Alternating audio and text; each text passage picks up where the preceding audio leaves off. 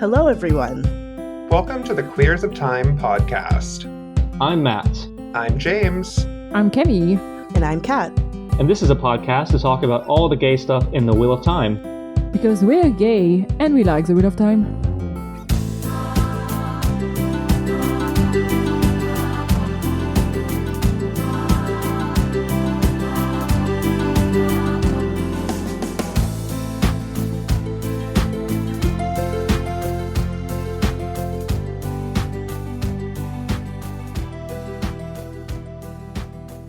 And as always, thank you to our feral venerator of Soirain, Lurks, for continuing to support us. We so much appreciate it.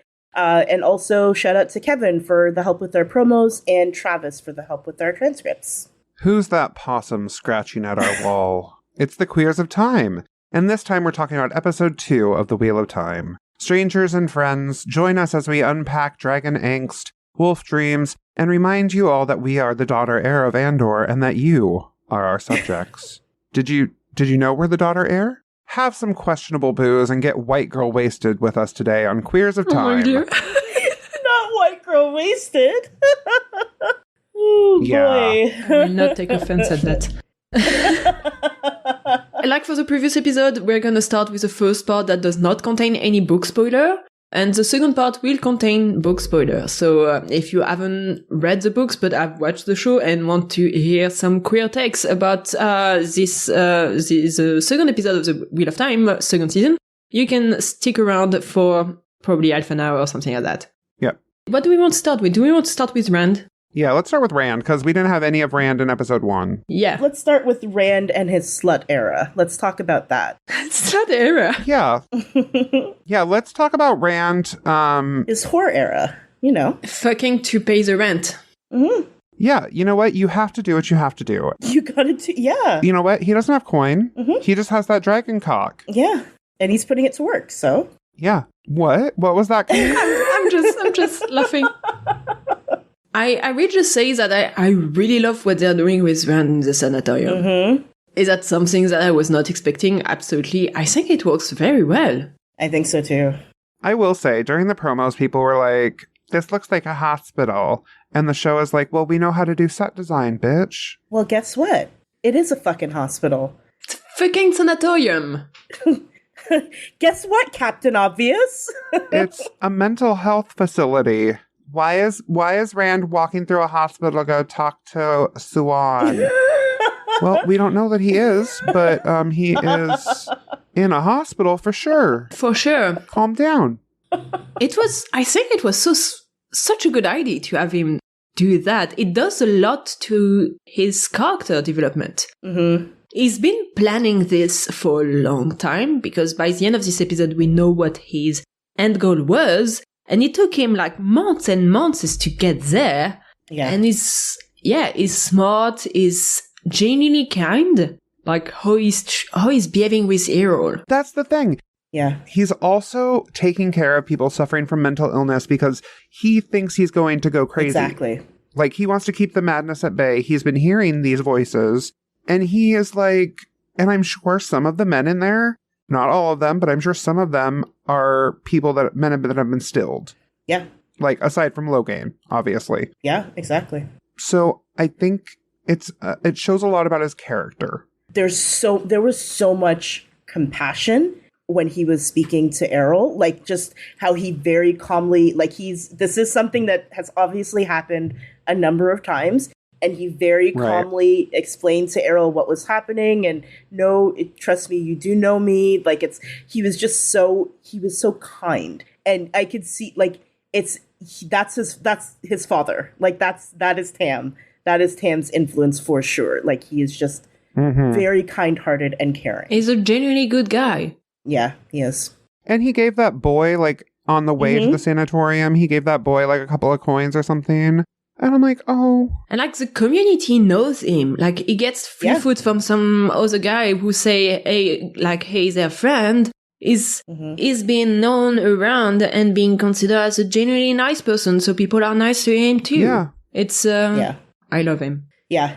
I do want to give a shout out to Errol for describing exactly how he wanted to kill Jan. Perfect. Like, Rand was like, and what would you do? And He had it right there. Errol was like, here's exactly how I'm going to He murder had it him. right there, right at the ready. Yeah. I do like that they've allowed some time to pass, and Rand is setting himself up. He's sleeping with Celine, this woman that he doesn't really know, just to, have a place to stay. Mm-hmm. And I think it is an interesting bit. I'm curious to see where they're going to go with Celine. Yeah. Yeah. In this season specifically, because she's an interesting character in the books. I'm curious how they met. I was just going to say, like, if we're going to get backstory on them, because, it is interesting. The cold opens are not like season 1 cold opens. Yeah. No, they're not. So I don't know if we're really going to get that. Yeah. I'm curious as to how it's... I wouldn't expect like cold open, but maybe like references in discussions. Yeah. When you found me Right. crying on the side of the road, Oh my God. and then you put your pussy in my face, that's when I knew. That's what I knew. I mean, I'm assuming Celine doesn't offer such a deal to everyone, or to anyone. And Rand probably wouldn't accept such a deal randomly to anyone. Or maybe, I don't know, is he a slut? Is he fine? I mean, maybe Rand is just a slut. Maybe Rand is in his slut era. And, I mean, good for him. Good for him. No, I think Rand and Celine have a very interesting relationship. Like Rand saying, I have to be alone, and after he hurts Jan, and Celine being like, that's the funny thing about people. When things get bad, we want to be alone. The truth is, that's when we need each other more than most. We need each other the most. We can be alone together. And I'm like, okay, so can you go talk to Moraine really quick? Because Moraine needs to hear this. In the book, Celine and Moraine do meet up, and that's fun. Yeah, I think this was a very interesting Rand bit, because it gives a little bit of info. It sets him up really well, because most of his stuff happens in episode 3. Yes. I am curious about the voice that's in Rand's head. Like, who do we think it is? Like, do we think it's the madness? Do we think it's Luz, Theron, Telamon? Do we think it is, I don't know, Ishamael? Oh. Yeah. I mean, 3 very good options. Oh, and after he got a dream at first. Yeah.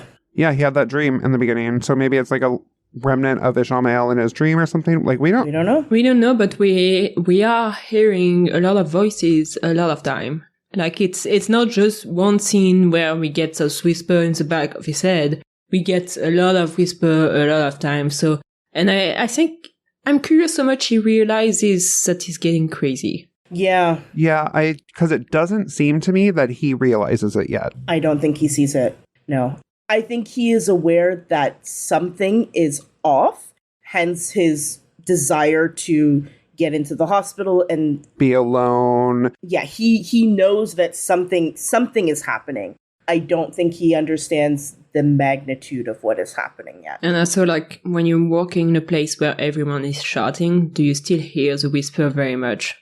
This is the thing. This is the thing. I mean, he has to hear it when he's at home, too. But it's a time where he doesn't really pay attention to them anymore because everyone's shouting. Oh, that's a good point. Yeah.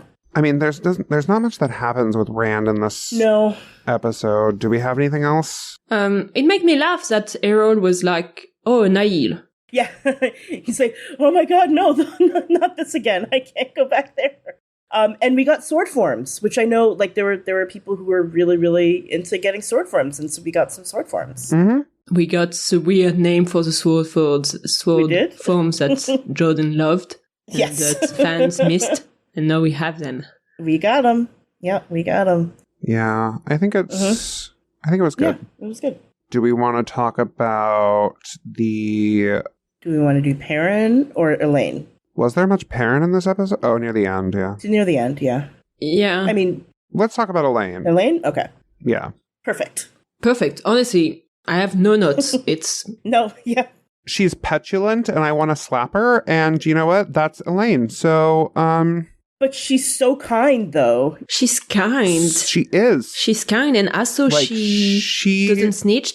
She's not socialized. Yes. I think that is the main thing. That's it. She is a very good person, but she has no social graces in some aspects.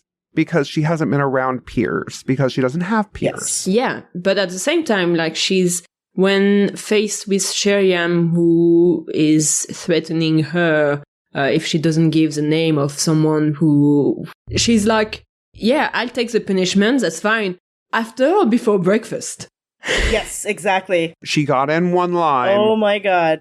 And Shiriam wanted to beat the shit out of her. Oh, she did. Oh, yes. And like, what was Shiriam supposed to say? Because she didn't say it in a rude way. She wasn't trying to be like, she wasn't trying to be antagonistic. It could be taken as a genuine question. She's like, do you want it, before or after breakfast? And just, but Egwene's reaction to it was also perfect. Yeah, and Elaine is a bit weird. She makes wine, apparently, from toilet water. Toilet wine? She is just... What is she doing? I just love... She starts it off as like, I'm a bit of a tinkerer. And she just takes out this And she's like, by the way, I also own a brewery. I love it so much. It's just so precious. I supply everyone in Camelin with fresh toilet wine every day. Freshest toilet wine. But I think that shows a lot also about her character, because that means she's experimenting stuff. She's curious. Mm-hmm. Yeah, it's fantastic. And she also, she's very much like rich girl. She has major rich girl energy. Not in a bad way, but she also realizes when she's doing it, because when she walks into the room, into Egwene's room, and it's like, oh, so you just moved in here too. Oh, she's saying basically your space looks like absolute shit. Oh, you haven't had a chance to have your personal decorators come in. When are they getting here? Yes, and then she turns and sees Egwene's face, and it's like, I've made a misstep here. I've said something I should not have. Oops. But then she goes back and she's like, oh, you're my subject. It's just so good. I'm the daughter-heir of Andor. Yeah. And Egwene's just looking at her like, is this chick for real? Is she kidding me? Is this bitch? I'm Egwene Alvear. Exactly. She's like, I know I'm a small person in a big world, but the audacity of this bitch right here. It's so good. And at the same time, when you have such introductions that sucks, you would think that, those characters will never be friends ever again. And still, they do spend quite a lot of time. Elaine knows everything about the tower because apparently she spent summers there. I mean, that makes sense, but yeah. And she still visits the tower with Egwene and let her have a moment of showing her the tower.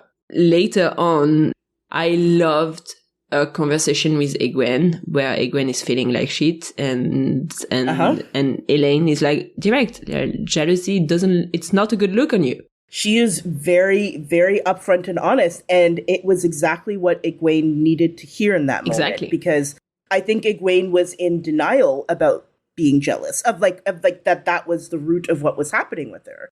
And she, and there's nothing wrong with feeling jealous of people. It just depends on how you react to that, how that affects how you go about it. Yeah, how you go about it. And Egwene was internalizing, up until this point, she's been internalizing all of those feelings. And she just needs to, Elaine told her, I think in the most direct and nicest way possible, you need to chill the fuck out. Just like Alana tried to tell her. You need to settle down and just be you. You don't need to, you're doing too much. A little too much. Yeah. No, I think it was very, very good. I think Elaine was captured very well in a very short amount of time. Yeah. Which is surprising, kind of, in a good way. Yeah. She did a great job. And I think it's also good for Egwene to have finally someone outside of Nynaeve. Yes.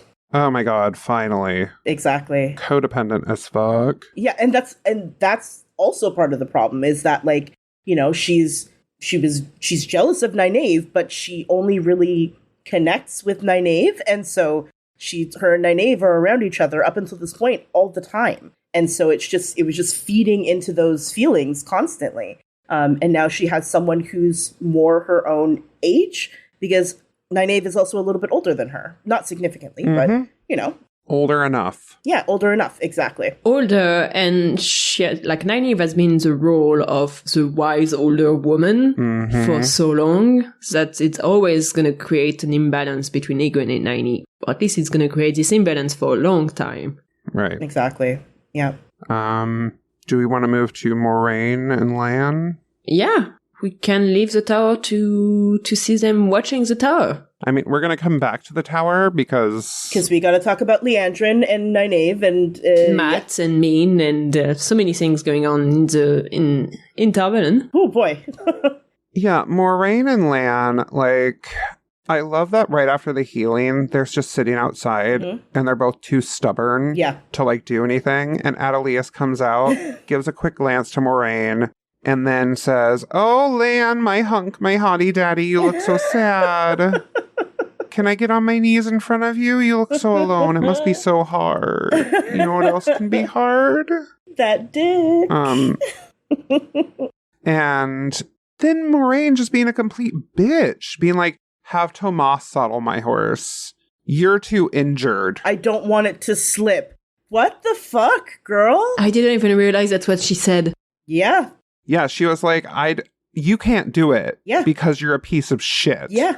You are hot garbage. Have Tomas do it. Have a real man do it. Gosh. Like, I just love, like, and I put it in my notes too, that we start with Moraine and Lan being both physically and also emotionally broken. Like, they are done in a lot of ways. They're just, right. It's just, and it gets worse and worse. And it gets worse. It just spirals downwards. And I think the saddest thing is that there's one moment where you feel like maybe it could go better because you do have Moraine, Land, Verin, Adelias, and Thomas on the fire, and them talking about the past, talking about how they found each other's warders, and you get a nice story, which is a story that actually happened in New Spring about how Moraine and Lan first met. With Lan basically throwing Moraine into a pond. Yes. Yeah, and you have this wonderful line from Adelias that's like, "And that's when you knew. Yeah. Any Any old warder can protect you from a Trolloc, but the right one will protect you from yourself." And that's it for them. That is them. That is them. And it was heartbreakingly beautiful because you could see, especially with Moraine, she loves Lan so much. Yeah. She loves Lan so much, and that's why she's doing this. Whether it's the right way to go about it or not, that's her motivation, part of her motivation for doing this. And it's just heartbreaking because Lan can see that that's kind of what's happening. But yeah. And Moraine is on her guard with everyone because right before that, there's this discussion with Verin, which is oh my god, so intriguing. Oh my god, like Verin catching everything so fast, and Moraine threatening her, basically. Yeah. There were layers and layers and layers to that conversation. It was so good. Those two actresses, they're fantastic. It's the actresses that they've gotten for The Aes Sedai are just all incredible. Phenomenal. Yeah, they're just... I can't. I'm like, how is every actress that's playing an Aes Sedai so fucking talented? Right? It's crazy. Do you actually know that, so the actress for Verin, Mia Ciel, I think she's someone that Rosamund Pike knew, and Rosamund Pike asked her to come to the show. And I'm like, thank you, Rosamund Pike. Oh. How many friends do you have? How many other friends do you have? Once again. Can you get them all? Once again, Rosamund Pike coming in clutch. Yeah. I really like what Mira Ciel is doing with Verin's character and how they're like how she's coming across, because like it's, and I don't think this is not spoilery. Verin is scatterbrained in the books, and I think they're leaning more on the side of Verin being unassuming. Which I think is actually a better route, and I think that's really obvious in this particular scene, because up until this point, you think that Verin is just sort of there, and she's like, someone, a shoulder to lean on, and she gives good advice and everything like that. But it's in this moment where you're just like, oh, she knows a lot more than what we thought she knew. And Moraine realizes like, oh shit, what did I get into? Yes, exactly. Because she's suddenly realizing, someone else knows. This is a problem. What do I do with this? Well, also, like, Varen absolutely went through Moraine's notes and shit. Of course she did. Like, while she's grabbing, Varen knows everything. Yeah. You can't keep anything from her. Yeah. From a brown sister? Absolutely not. Mm-mm. I mean, Moraine probably asked, do you have this book, and Varen reached a good conclusion and makes a conclusion. Mm-hmm. And I like that Varen actually offered to help. Mm-hmm. Yeah. That also gave her a reason to go to the White Tower. That's right. Oh, yeah, I guess we're going to see Varen in the White Tower next episode, probably. Well, not next, but like episode 4, yeah. Maybe episode 5 or something? Next episode that airs. There's still one last scene between Lan and Moraine, the most heartbreaking one. So one with when Moraine basically wants to leave by herself to go. We don't know where yet, I think. No. And she asked Lan to go back to the White Tower, and she called her dear friend Alana to ensure that he goes back to the White Tower. Mm-hmm. And Alana said, "Another warder? Okay, I'll be there." Another warder, you say, huh? And Lan is pissed, which makes sense. Mm-hmm. And Lan basically tells her that he accepted to bond her because he thought that they were equals, that they were on the same relationship. And then Moraine tells him that no, they were never equal. And yeah, it's devastating. Devastating. And I'm of the belief that Lan obviously is interpreting it in the way that Moraine wants him to interpret it, in that he is not the equal of Moraine. I think it's the opposite. That Moraine means it as the opposite. That she is not the equal of Lan, and she thinks much more highly of Lan than she does herself, which is devastating in a different way. Yep, it's gonna suck for a while. It's not gonna be fun. One thing that I did find interesting, and I don't know, it just could be me taking it differently. When Alana and Ivan and Maxim are still in the tower, and Alana's like, "No, we have to go. Moraine needs us." The way that she says it, for some reason, I don't know. And so I'm interested to see what that means for Alana. Like, what does Moraine needs us mean for Alana? Because is it that she agrees with what Moraine is doing? Or is it that she recognizes Moraine is potentially on a self-destructive path here with everything that's happened, and she needs us? How much does Alana know? Yeah, exactly. Right, that's what I'm wondering. I'm like, does Alana know that she's stilled? I would assume so. I'm assuming. But yeah, who knows? Yeah. So it'll be interesting because, I mean, yeah, it'll be interesting to see, for sure. Also, maybe Alana is just a very good friend to Moraine. Yeah. BFF. Could be that. Bestie. Yeah. After season 1, I want them to be BFF. I know, me too. Moraine doesn't have a BFF, but... No, she doesn't, but... Well, yeah. Do we want to talk about the Perrin and the Shanshan? Because that's pretty short. Ooh, yeah. Let's talk about those Shanshan. Well, my big question... Oh, go ahead. Before that, we did have the scene with a fade nailed to the door. Oh, yeah. Which was a good scene.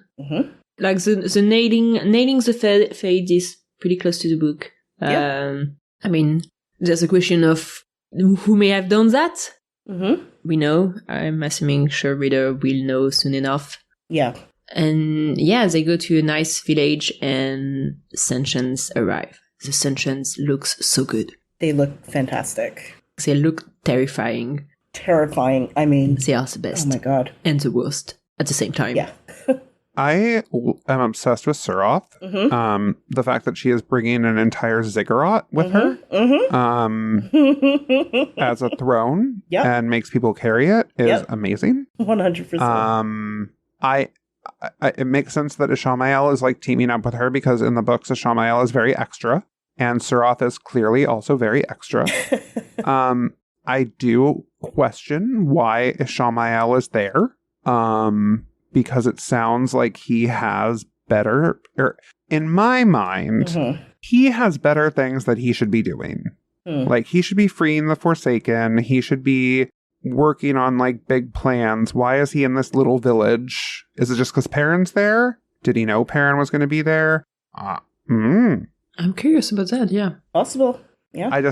It feels to me like someone called out and Ishamael had to, like, okay, well, I guess I have to go do Greg's job. Someone called in sick. Yeah. Someone called in sick and Ishamael was like, oh, we don't have the coverage? God. Okay, God. I guess I gotta. Maybe they were just in need of a new meeting with Suroth, and that's it. Maybe. And I mean, it's been months since he got freed, so we don't know how much he has done already. Also, This is I was just gonna say, we don't know. He could have done all of the shit that he's, you know? We don't know what he's been doing behind the scenes. And so... he may have already freed everyone. It's been months. He may have, yeah. Yeah, it's been quite some time. And so he could have... It's possible that's already been done, and now he's just playing. Or maybe the Sentients have something that he needs. Also possible. Also possible. I think we should pronounce Lady Suroth's name correctly from now on. It's Suroth, because that's how they say it in the like. You know what? I do not know what's the difference between the thing. Okay. I want to say that when the second episode ended at that screening in London, and so there was a discussion after that with two people from Empire magazine, and one of the comments they made is that, so we got this American accent for the Sentient. I was like, I do not recognize any accent. I did not pay attention. I did not notice. And I've watched this episode twice now. I've watched the third episode too. I cannot figure out any freaking accent from anyone except Bale Duman in that first episode. And that one was a strong one. But otherwise, everyone sounds the same to me. I think it's a very light accent. I don't think it's necessarily a heavy... Is it a heavy American accent? There's definitely a southern twang to it. Luthor, pain drag. Yes. Like... Yeah. It was... And the actress Jessica Boone is from Texas, so... Yeah. Yeah. I did love Hot Massima. He was fighting without a shirt on. And then the next scene, he was wearing armor. And personally, I thought that was rude. But it makes sense because I don't want him to get hurt. Sure. But yeah. The choreography for that big fight scene was really well done. It was really well done. Just compared to the fight scenes that we saw in season 1, it was very cohesive and made sense, and just, it looked great. And we're basically following Perrin for a while until we get to Loyal. Right, and Loyal. Like, Ingtar, like, wanting to save Loyal was like, good on you, bro. I really like what they're doing with Ingtar, and I'm really happy with what they're doing with him. Yeah. Should we move to Matt, maybe? Matt should be short. Yeah. Do you want to talk more about the Shan-Chan? Anything more? No? I also don't really have anything on Matt. I will say that Matt and Min are the unexpected duo that is giving me life. They are so funny.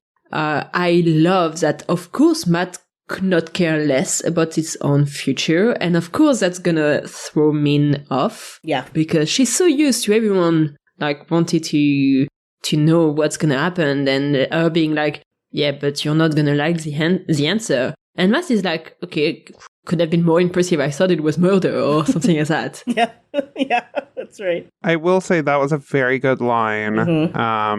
About the dominatrix thing, or yes, and the cheekbones. Like, that was pure fan service. Min was amazing. Yeah, she was fantastic. Matt saying, I think she prefer a man dead. Her men dead, which is like, you are not wrong, Matt. You are not wrong. Min calling him possum. Min calling him possum was very cute. I think Min was great in this episode. She was good. I agree. I'm still on the fence about Matt. Yeah. I don't like Matt as a character. We all know it. I'm a curmudgeon. It just is what it is, but we will find out.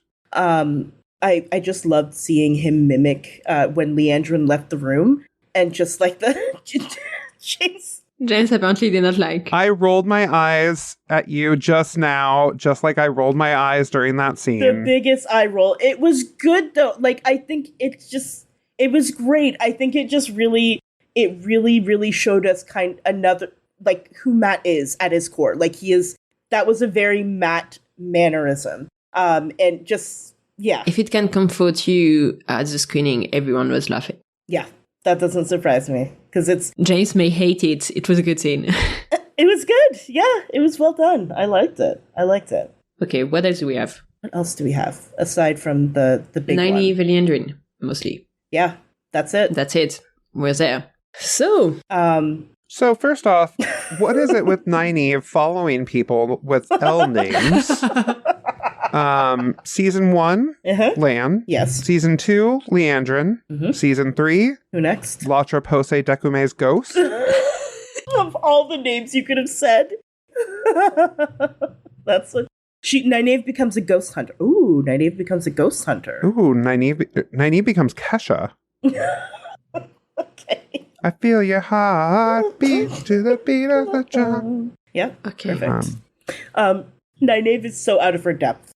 She is so out of her depth in the tower. This is an environment that she has little to no control over, and she has no idea what to do with it. She hates it. She has no idea what to do, and that's unfortunate for her. Yeah. And that is the worst.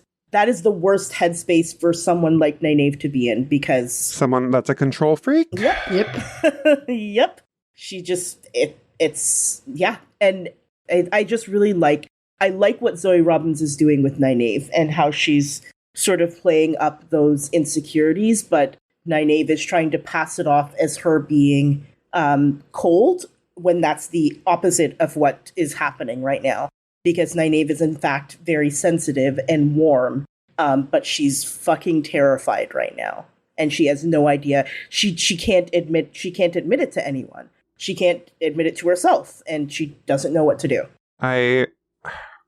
Getting to Leandrin before we get to the big part. I did love that there were references to the other Ajas, like Nynaeve being able to see what the yellows do. And also then Leandrin was explaining like what the gray Aja does and what the yellow Aja does, and then the red Aja and the browns and the greens, and the only one that's left unexplained, I think, is just the whites, which the most useless Aja, so who cares? Oh my god. Okay. And also the bomb that Aes Sedai lived for hundreds of years, which I didn't know if they were actually going to do in the show. I assumed they would, but it's nice to get confirmation. Yeah. And I thought it was just going to be an Easter egg, like a little bit, but then it comes into play in this episode. Yep. Very much. So yeah, let's do we want to talk about that scene? Yeah, let's get to Eludrin. Eludra, You know, the gentle swapped Aludra. We'll talk about that again.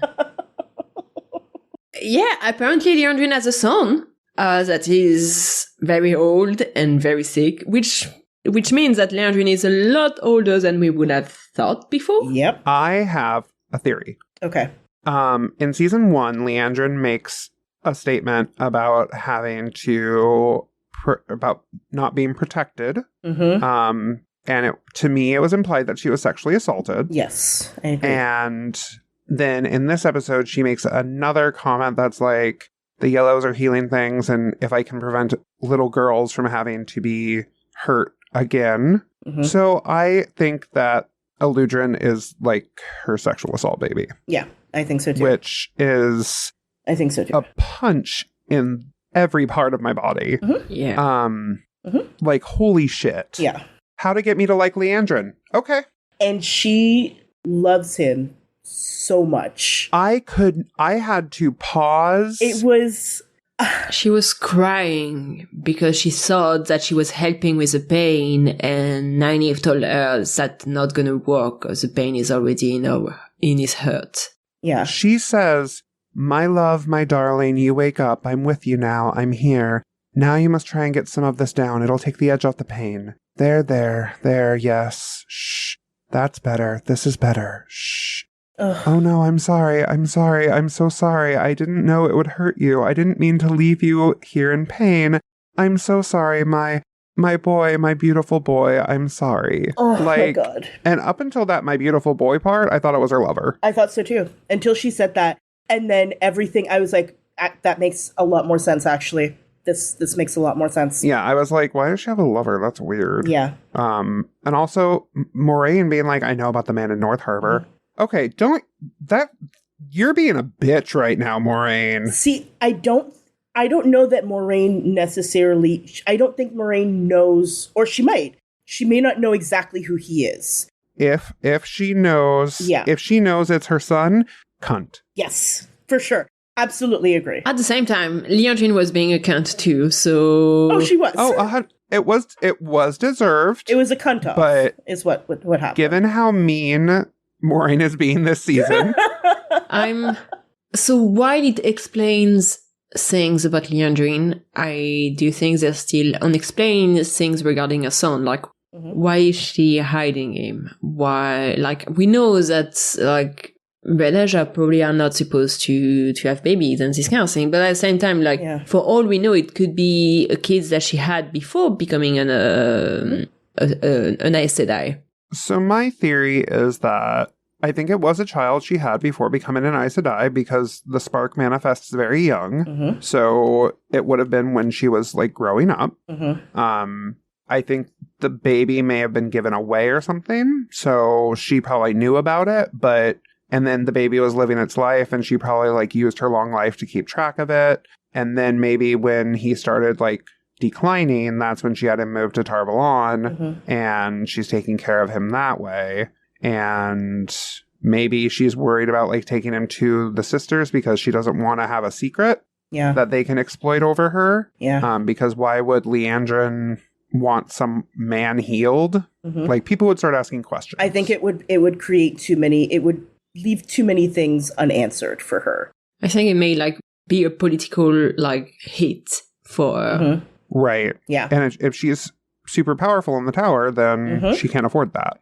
Yeah, and she has very clear, we don't know exactly what they are. She has very obvious designs on the tower. Like she is trying to do something. She's trying to accomplish something. And as much as she loves her son, which she clearly does, she can't let anything... Right. Yeah, she can't let anything come between that, so... I love that she just bitch slapped Nynaeve. Yeah. Like... Yeah. She could have done a lot of things right then. She held herself back. Yeah. So, I think it's a good point to move on to the full spoiler section. Yeah, full spoilers. Please leave. Thank you. It was nice having you. Yes. All right. So Liandrin's a dark friend, and like I am just I am surprised that she did not murder Nynaeve. Yeah. And this is what makes me happy is that they're giving dark friends more motivation, so it's not just like, or more reasons where it's not just like I want to kill everyone. More nuance. They're complex characters. They're complex characters, exactly. It's Ingtar, it's Liandrin, it's... Yeah. Well, some of them, I mean, in the book, Shiriam just did it for power. Yeah. So I hope there are still some that are just like, yeah, I'm evil. But I do love the nuanced characters that are like, I did it to save someone. I did it to, like, I felt like I had to. Like, these are amazing. Liandrin was such a one-dimensional character in the book. Yeah. And no, she's so complex and she's intriguing and fantastic. Hated, but we love her. Yeah. Oh my God. And the thing is, I think she's being genuine when she says that she sees something in Nynaeve and she wants to... She cares about Nynaeve. She does. And that's fucking with me. Yes, she genuinely does, because in that moment when Nynaeve finds her there, she has every reason and every opportunity to do whatever she wants to Nynaeve. And she can get away with it. She can get away with it. It would be messy. Yeah. But she could get away with it. But she chooses not to. It's insane. Because she sees a young girl that has been traumatized. And I think that's a weakness that Liandrin has that's going to be exploited in her character arc. Oh. Is You know what? Maybe a young girl is going to go stab her in the face. Maybe. I don't know. Yeah. But yeah, the Eludrin bit, I cackled. I think honestly, there's a few things that I'm gonna just screenshot and keep on, and just next time the fandom just freaks out about something, I will be like, do you remember Aludra Birgitta? Because like there's someone that is just called Novice 1 that we thought was Birgitta. There's someone that we thought was Fail, and she's what? I don't remember. But yeah, there's so many cases like that, and it's like, it makes me laugh. Y'all, I need you to, please. Take a breath. Please settle. Go outside. It's funny in retrospect. It's annoying when that happened. Yes. See, that's the thing. You just have to not listen to people on the internet. Yeah. Yeah. Yeah. There were so many things in this episode. So many. Can we talk about Varen and Moraine's conversation? Because holy fucking shit. Even us have lawful one can exploit. They just said it. What the fuck? They just said it. What the fuck? Like what? Like it wasn't no one is gonna know. No, that's the thing. That was for us. It was absolutely. It was for the book readers. Yeah. Uh-huh. Because No, I meant us three specifically. Rafe was thinking about us. Rafe was thinking about us. Yeah. Yes. It was for book readers specifically. They know what they're doing. Yeah. Like the way she says it, she's not saying it in like a shady way. She's being very upfront and honest to Moraine. And like it's something that Moraine would understand because she grew up, I mean, first of all, she grew up as a Damodred in like a palace and everything like that in a city that is very much into the game and and all these political machinations, and also in the Tower where there are also political machinations. And so she gets what Varen is saying and she understands where that's coming from. But the layers to what Varen... Yeah, it's like this was Moraine realizing that Varen is dangerous, but I don't think even Moraine has a reason to suspect. No. She doesn't. She probably is like no more than thinks anyone else could be working against her. Exactly. She's suspicious of Varen like she is of anyone else who is curious or or knows too much. Exactly. She doesn't know the depths of that with Varen, and oh my god, I had to pause and take a few deep breaths because my god, that line. I think people gasped. Yeah, I can't believe they just said it. Yeah. It's good. It's fantastic. It's fantastic. We have so many notes to the books. And things that's gonna happen like very soon. I love that Varen also mentioned like prophecies that speak of Tom and Head, of battles in the sky, of a sword of flame and the branded hand that wields it. So we know that Rand is gonna get the brand, which is something that people complain kind of about for a while, / didn't know what was going on. So here's the thing. I don't think that Calendor is going to come up in this season. No, me neither. No. For me, it's like after Dumas fail. Yes. I agree. But yeah, there's that Varen conversation was amazing. I also very much love... So one thing that's going to be bothering me for the rest of my days is who the fuck is Elena Katab? Right? I know. She doesn't exist. You had 2,700 names to choose from. And you made up Elena Katab? Who is she? For context, in case people don't remember, it's Elaine talking with Egwene about novices from adjacent rooms that becomes powerful and this kind of thing. And she mentioned as an example, Katsuane Meladrin and Elana Katab. Yes. And Elana Katab is not real. She's not real. She's not in the books. Is Elana Katab in the room with us right now? What I'm saying is, I think it's a Jenny the dog situation. I think so too. Katsuane was too powerful, so she was like, everyone remembers my roommate, Elana Katab, right? And you know what? Knowing her, she would do that. She would be like, Elana Katab. Everyone knows Elana Katab, right? And like Katsuane is old as fuck. And so she was a novice a long time ago. Even the novice book is like, Alana Katab, we don't know her. I mean, that must have been like at least 400 years ago, 300 years ago, something like that. Right. Yeah. So I'm just like, oh, this is going to bother me so much. It's so good. You know how some people are super fucking annoying about who is Steve? This is going to be your Steve. This is going to be my thing. This is who is Alana Katab? I've already ordered ribbons for next year's Jordan Con. I haven't, but I will. If we don't have an answer. So that's actually a good ribbon. If we don't have an answer, who the fuck is Alana Katab? Oh my God. It's just, I think in all honesty, I think they probably didn't want to use a different name. I think they just didn't want to use up a name. I don't know why, but I'm sure they had their reasons, because you're right.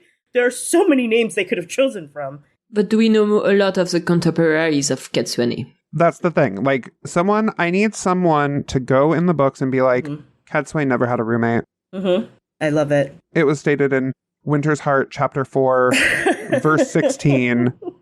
Winter's Heart 3:16. Let's turn to our Bibles. Maybe it was a pillow friend. Maybe. Oh. Yeah.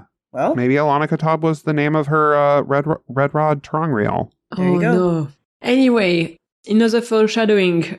Uh-huh. Do we want to talk about Min's vision about Matt? I'm so curious about that. I am curious. You know what? I will say I have not heard nearly as much bitching about stuff. Me too. Knock on wood. Knock on wood. Because last year, if people had seen that, my God. Can you imagine? I think people are finally starting to make a distinction between the show and the book. At least for most people of Twitter of Time. There's still some stuff that people are struggling with, and that's okay. Yeah. But, to me, it's two different stories with characters that feel the same, but I like the change. I'm rooting for the changes. Unlike Rings of Power, which was just fan fiction. Whoo, boy. James, we can't get into this. We were talking about this for... No, it's already 52 minutes into this episode. We cannot. Yeah, we can't do this. So Matt stabbing Rand with the dagger. Yeah.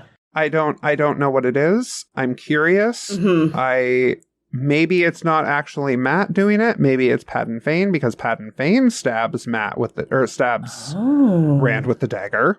Oh. So the thing I saw, one thing we didn't mention in the previous episode is the previous episode does not mention at all what's happened since Faldar, and we don't know, for example, Uno and Loyal, how they healed and this kind of thing. Loyal survived very easily from the dagger, so my thinking is that the dagger is corrupting whoever owns it, but it's not partially damaging when you're getting stabbed. It's a stab, so it's stab wound, so it sucks, but it's not destroying you like in the books. Right. There is no evil in there's no evil in the dagger itself in wounds. Yes. It just hurts the holder. Okay, I like that.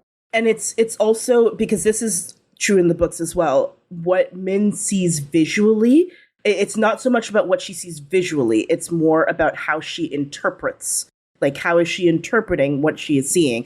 And so we are seeing something visual, obviously, but it matters how Min interprets that. Obviously, it's something not good because of the expression on her face, but we don't know what that is, how that's going to play out. And so for all we know, it could not be a physical, like Matt actually stabbing Rand. That wouldn't surprise me. Could be Matt betraying Rand because of the dagger. Mm-hmm. Yeah, exactly. It could be. And so it'll be interesting to see what the payoff that we get from that.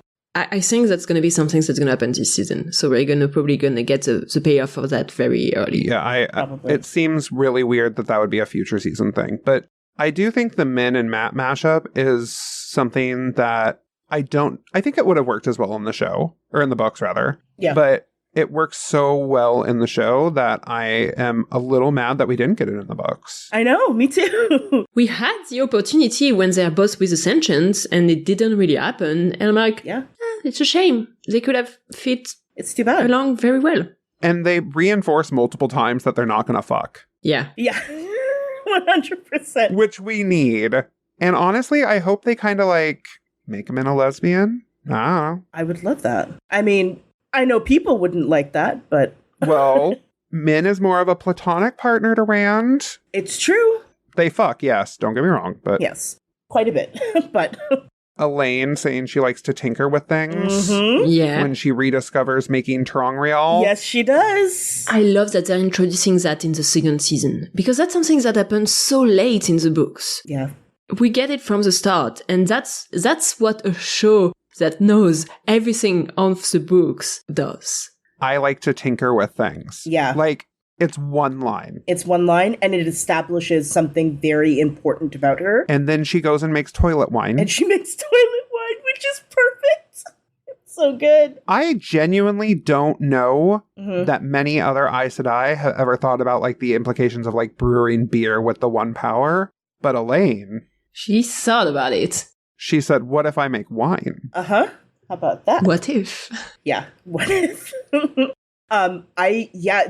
They've done this really clever thing with a lot of characters in introducing just like this little tidbit of about them that is going to become important. Where like Elaine with the like saying she likes to tinker, Egwene looking at like in the Amerlin study, looking at the stole, Nynaeve in The Brita filter weave?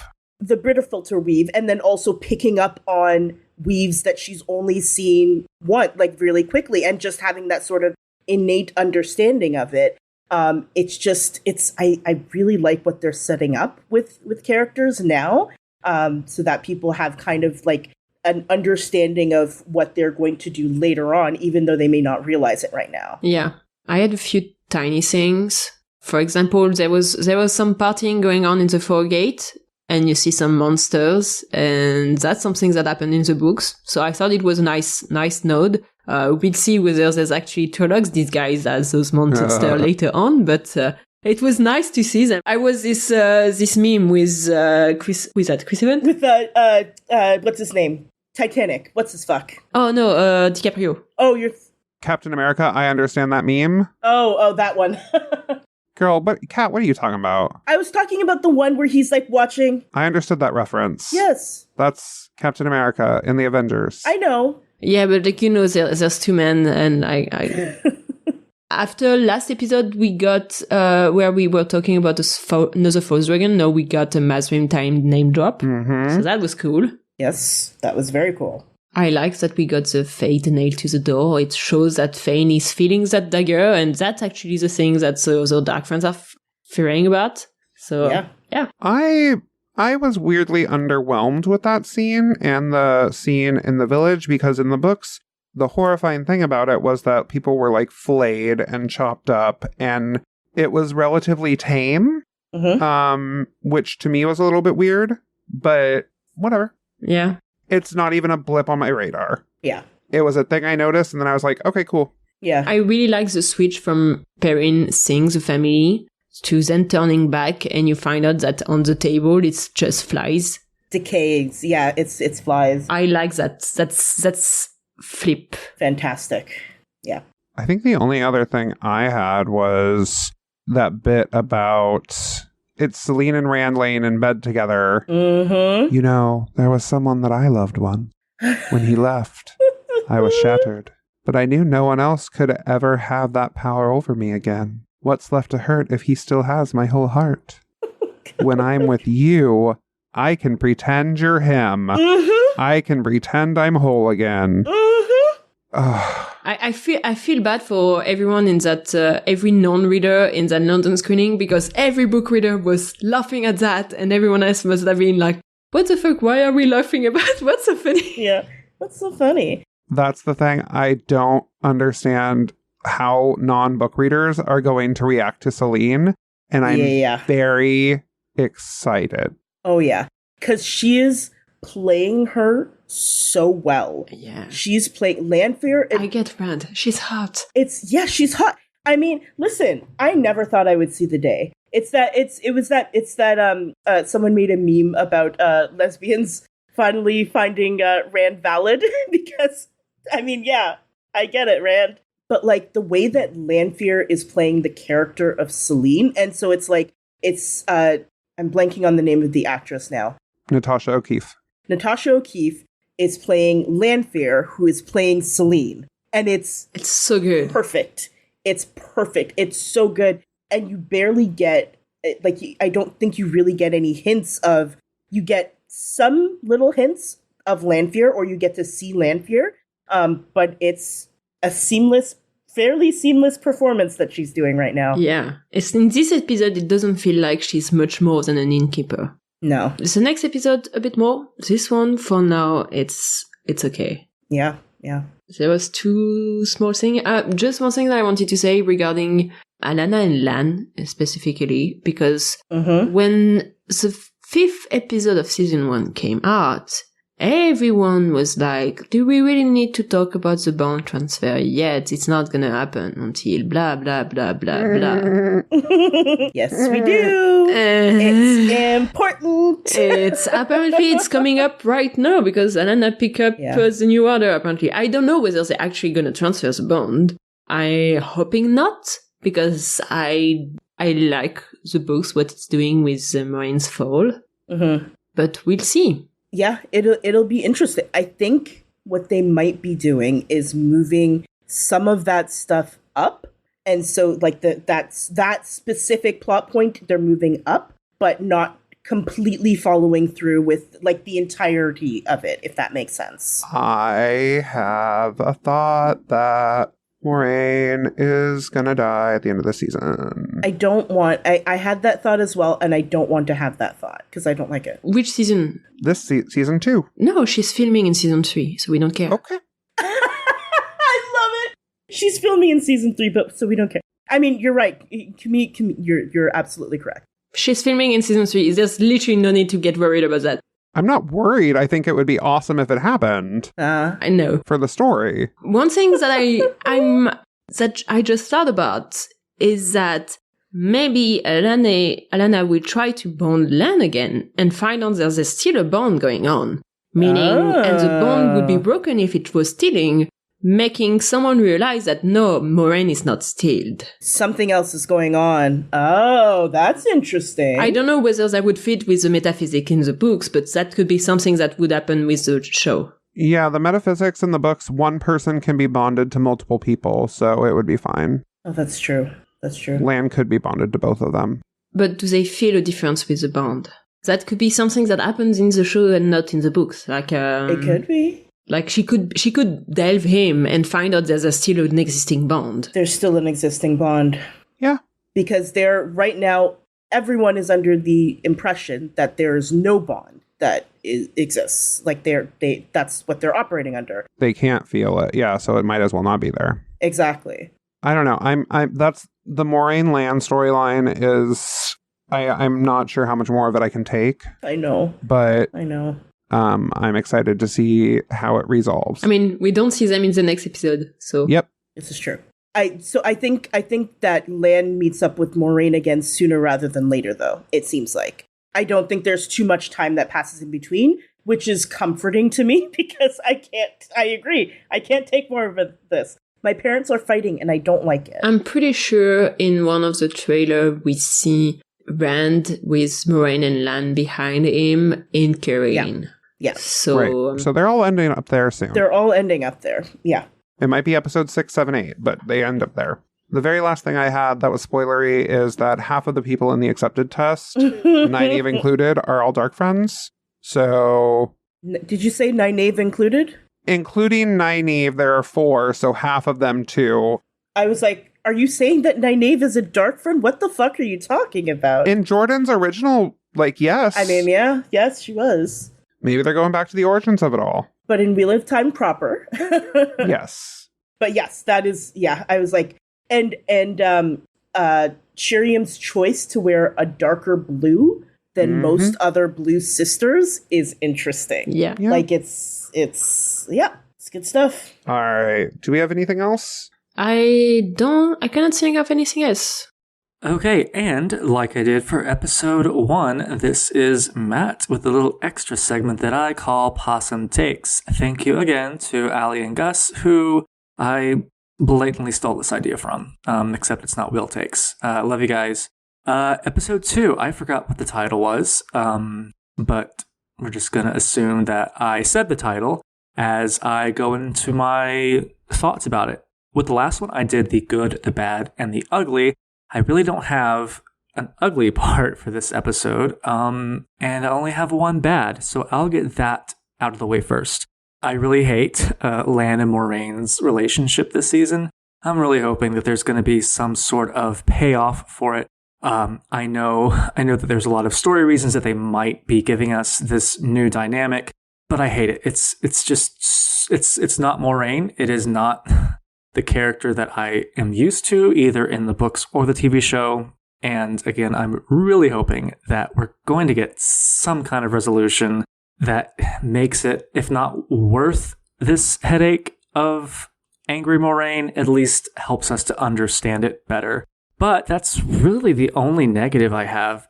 This episode was an easy 9 out of 10 for me. Probably one of the best episodes of the whole series. There's just so much to talk about. I could probably go for a full podcast episode time worth just talking about everything that I loved about this episode.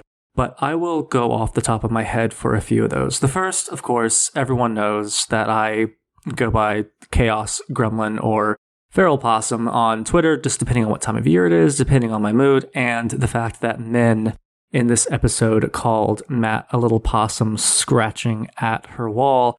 Okay, I know that it wasn't done just for me, but I'm going to go ahead and say that the show writers basically did this for me. And I appreciate the shout out. I won't let it go to my head. I will stay humble. I will remember everyone when I am a celebrity possum that the Wheel of Time writers just have to reference in every episode. I'll always stay humble. You can count on that, no matter how awesome I become. But yeah, so the Min and the Matt stuff is just, it's amazing. Like, I don't remember how much they interacted in the books, but the two actors, Donald and Kay Alexander, oh my God, just the absolute chemistry of those two. You can't waste that sort of chemistry. And I love how it's platonic. I love how Matt's like, or one of them's like, you're not hitting on me, are you? And the other's like, oh God, no. That really shuts down that particular complaint from book cloaks and show critics off the top. Let's see, what else? Leandrin, of course, as always. Kate Fleetwood is so amazing.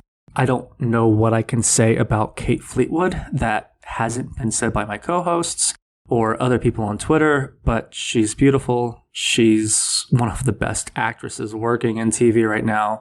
She needs to win an award of some sort. Her and Zoe Robbins need to win awards for their acting performances.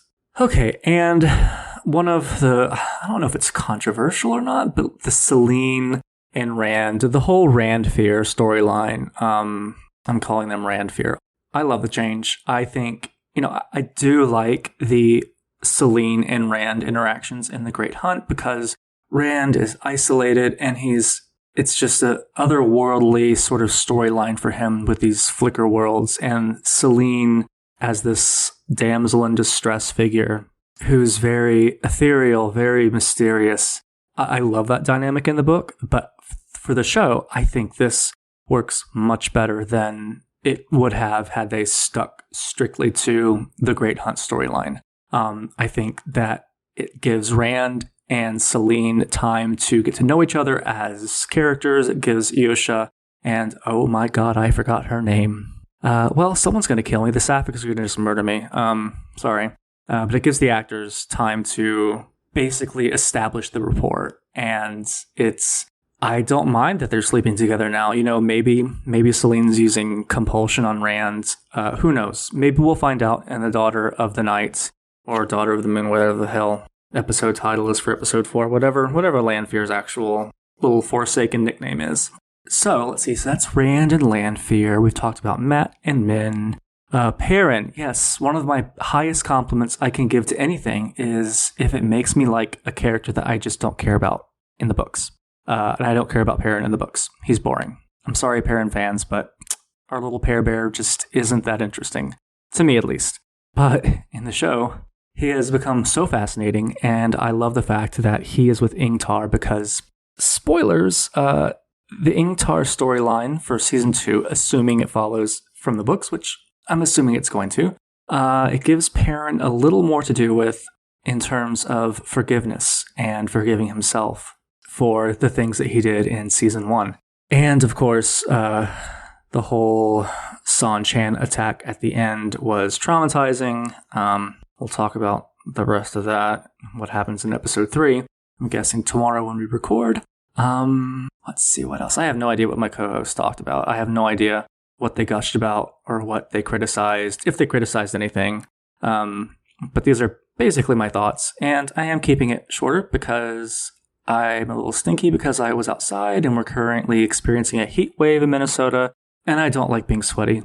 And also I have cake, and I love you guys, and I love this podcast, but I also love cake, and I want cake. So, until next time, this has been Matt, and I am looking forward to everyone else's reactions in this, for the season. Okay, bye. Thank you so much for listening to the Queers of Time podcast.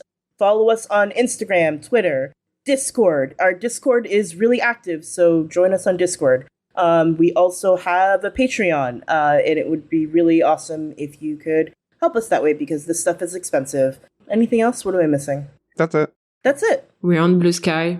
I don't think we have posted anything on Blue Sky yet, but we're on Blue Sky. But we're there. We're there, and that's what matters. So the same thing with like Instagram, TikTok. We've never using Instagram and TikTok, but we're there. But we still have them. All right. All right. Bye, everyone. Bye. Bye. Thank you all for listening. This was Queers of Time, a Wheel of Time podcast. The music is Dance of the Witches by Julius H.